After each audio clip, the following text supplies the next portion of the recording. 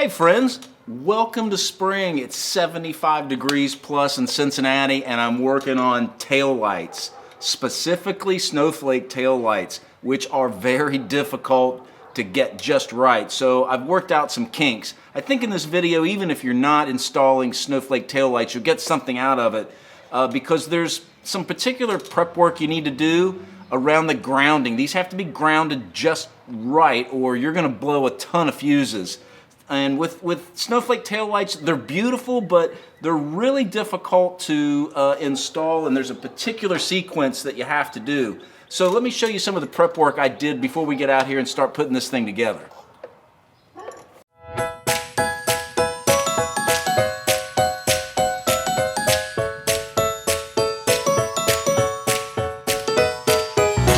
Okay, up here on the bench. The number one problem I will say with not only the snowflake tail lights, but I've had later models. I had a 68, I had a 70, is the grounding. Grounding always seems to be a problem with tail lights. And what I have found in the past is it's just easier to solder a wire, and yes, I know this is red, but I'm from Ohio and we do things backwards, is to solder a wire, run that through the loom, and then ground this to one of the fender bolts. That way you're assured to get a good you get a good ground. I did try to install these lights with just the bracket copper isolator here for ground, and I just could not get these to ground consistently. So for prep work, I would recommend go with an extra wire, run that to the loom, and then bolt that into one of the fender bolts, and I think you'll get a good solid ground every single time. So let's go back and I'll show you how to put these together. It's not the easiest thing. You've got the housing, you've got the bulb holder, then you've got the bracket, and then you've got the rubber gasket here, the rubber trimming, which kind of getting that all together is quite a challenge. But I think you'll get a lot here on how I learned how to put this thing together step by step. So let's go back to the rear of the car. I closed my garage door because the first thing you'll want to do is you obviously want to test and make sure this is working before you put everything together. So I've run my ground wire here and I've hooked everything up. I've started my mounting bracket. So this is kind of your base. You want to get that rubber down, get the bracket correct, and then go ahead and hook this up. And then what I'm going to do is I'm going to turn my lights on. I've got my battery hooked up. And then you have to be sure that you have your dim filament, because when I turn the lights on, I want the second filament down, a dimmer bulb, because your brake lights and your turn signals get the bright one, your tail lights get the dimmer signal to the light. So let's go turn this on. I hope it works. Just talk through all this.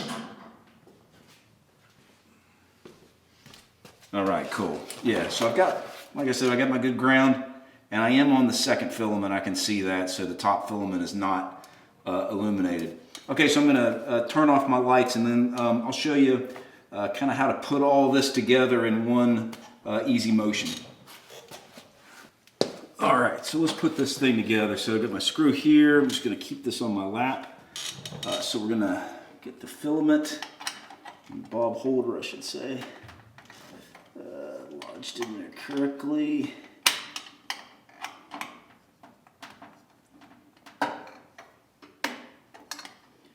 Yep. And let's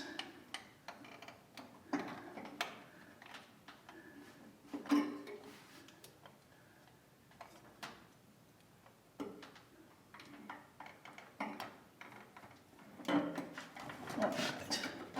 And then once you kind of get that over top there, and all we need to do is get the screw set down in there, just tighten it in there, and then really it's from there just working this rubber so it looks correctly. Once you get the rubber nice and wrapped around, then we can reach behind here and tighten it down. So I'm going to work on this, and then when it gets dark out here, I'm going to turn both the lights on. We're going to see how pretty they are at night. All right, so I have it on there. It's mounted pretty well. I got the rubber worked around it pretty nicely. So last little thing I wanted to share with you is placement of these lights. I'll share with you this on the video, But this is a factory spec for the taillights that I pulled off the Samba. And you'll notice to the far right, it says Lear 526, and that is dead center to the tail light to ground level. And you'll see Lear 526. Lear is empty in German, meaning, you know, car is empty, no weight on it. And 526 is in millimeters, and that's 20 inches. I mean, they are very, very low, but you know, that's the way factory specs were in the day. And you know, look, these cars were not, you know, safety in mind. They didn't even come with, you know, seat belts. So these taillights are very low, and I get that is a concern for folks. And I've seen aftermarket, and it was period correct, larger brake lights that you can mount to the bumper.